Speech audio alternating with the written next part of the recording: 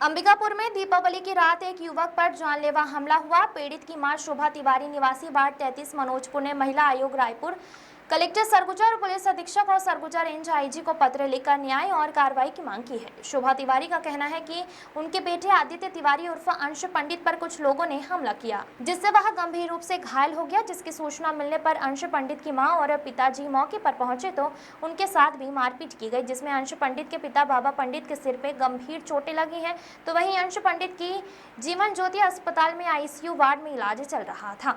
अंश पंडित की मां शोभा तिवारी ने आरोप लगाया है कि घटना की जानकारी देने के बावजूद पुलिस ने अब तक कोई ठोस कार्रवाई नहीं की है और न ही उक्त मामले पर हमारी ओर से एफआईआर दर्ज की गई है। उल्टा उन्हीं के परिवार को जेल भेज दिया गया है। अंश पंडित की मां का कहना है कि पुलिस एफआईआर से कुछ चंद नामों को हटवाना चाहती है क्योंकि वो विभागीय लोग थे। पुलिस ने परिवार पर यह भी आरोप लगाया है कि पुलिस असली आरोपियों को बचा रही है, जिससे उन्हें न्याय नहीं मिल पा रहा है। अब परिजन न्यायालय में परिवारवाद दायर करने की तैयारी में है।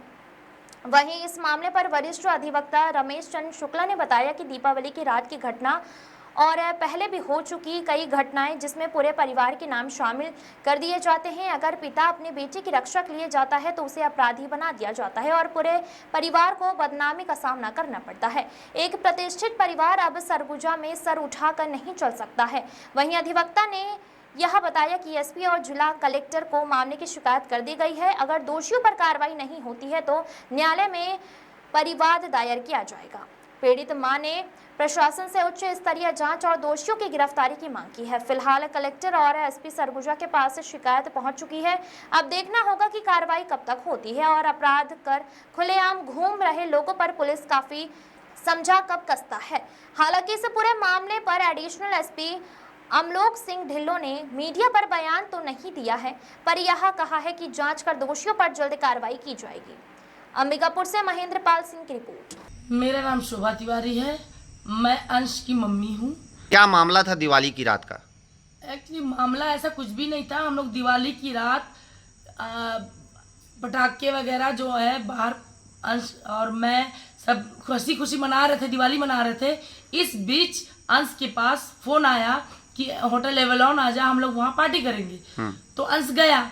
वहाँ जाने के बाद सौरभ मिश्रा और उसके जो छोटा भाई है ये दोनों मिलके किसी चीज़ को लेके अंश को बहुत ज़्यादा मार दिए। दो लोग अंश को मार नहीं सकते, इसलिए उन्होंने 8-10 लड़के और बुला लिए, जिसे आप सीसीटीवी द्वारा देख सकते हैं। अधमरा करके छोड़ दिए।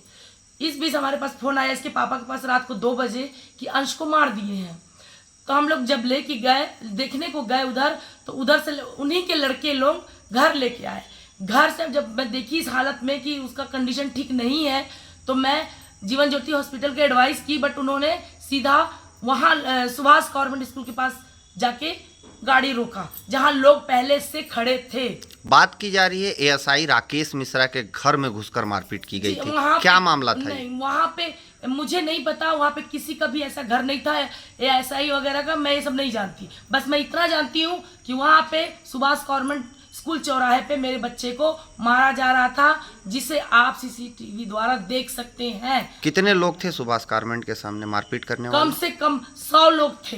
किसी को जानते हैं आप? जी। कितने लोग को जानते? मैं उनमें से जिनको पहचानती हूँ, राकेश मिश्रा एएसआई हैं, उनको मैं जानती हूँ, और विवेक राय ये भी पुलिस वाला है। सौरभ मिश्रा जो कि राकेश मिश्रा का बेटा है, इनको भी मैं पहचानती हूँ, और अनुराग अम्बस्ट जो इनके साथ मार रहा था अपने परिवार को, उसके तुषार मिश्रा, हिमांशु सिंह, बबलू मिश्रा सहित सुभाष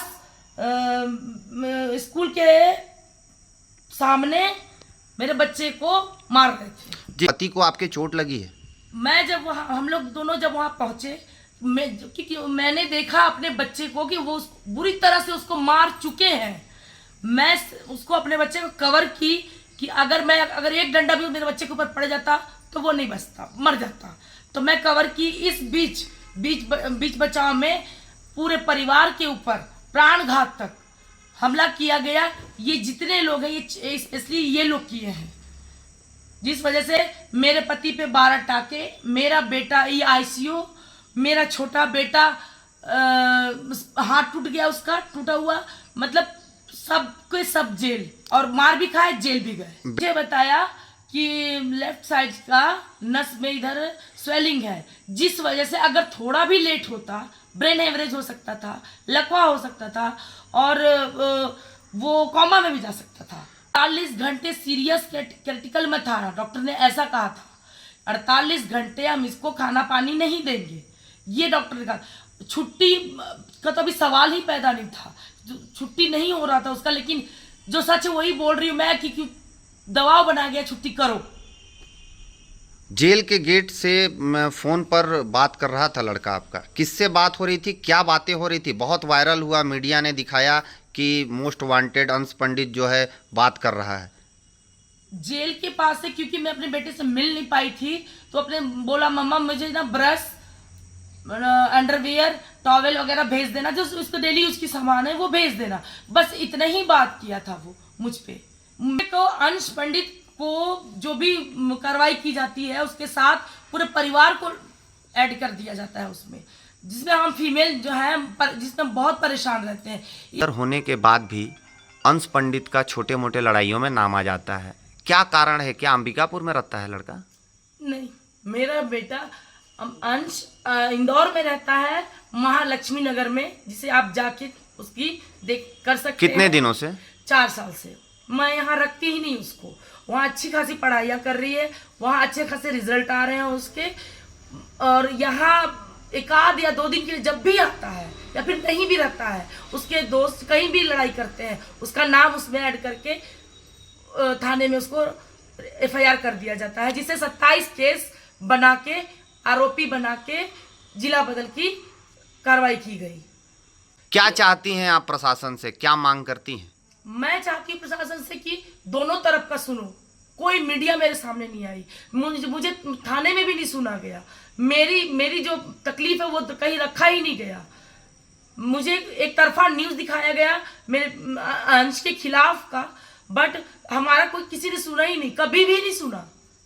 आप पहली मीडिया है जो मुझे सुन रहे हैं, जिनके द्वारा आपका बहुत बहुत धन्यवाद, जिनके द्वारा मैं अपना दुख बता सकती हूँ।